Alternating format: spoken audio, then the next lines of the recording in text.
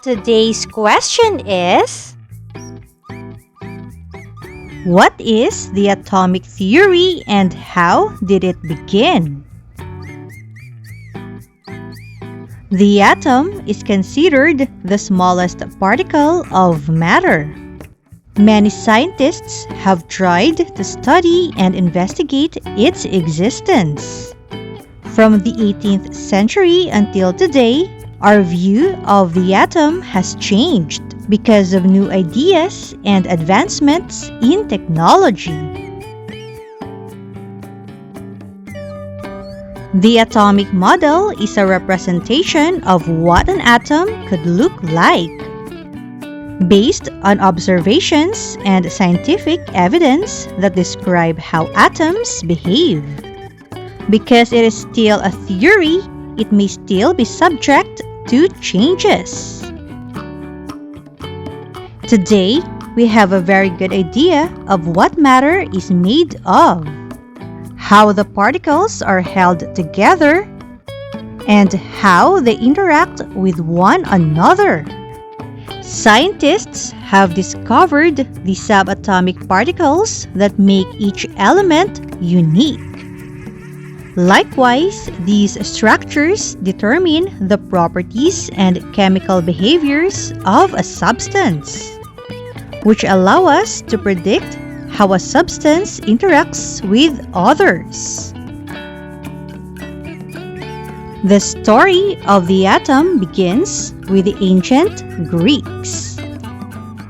What would happen if you keep cutting something into smaller and smaller pieces?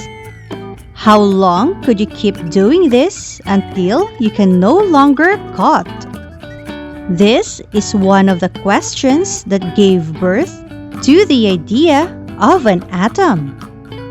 When a philosopher named Democritus expressed his belief that matter consists of very small, indivisible objects. He described these particles as atomos, or something that cannot be broken down any further.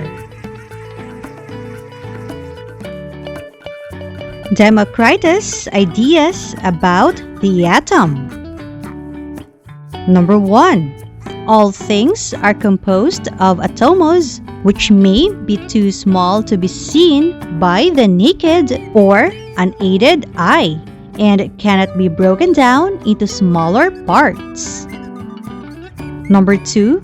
There are empty spaces between these inner structures of matter. Number 3. Matter is made up of solid particles. Number 4. Matter has a uniform structure all throughout. And number 5. Matter varies in shape, size, and weight.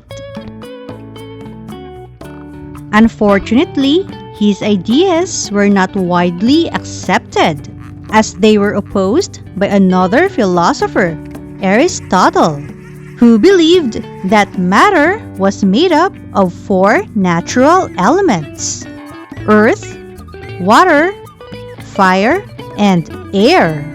He claimed that the ratio of these 4 elements affected the properties of matter, and that matter could be transformed from one form to another. Since Aristotle was more popular and influential than Democritus, people believed Aristotle instead. Because of this, Democritus' idea about the atom was forgotten. It took more than 2,000 years before people started to think about atoms again. John Dalton and the revival of atomic theory. In 1808, an English physicist named John Dalton proposed the first modern atomic theory after conducting a number of experiments about atoms. He published his findings in his book, A New System of Chemical Philosophy.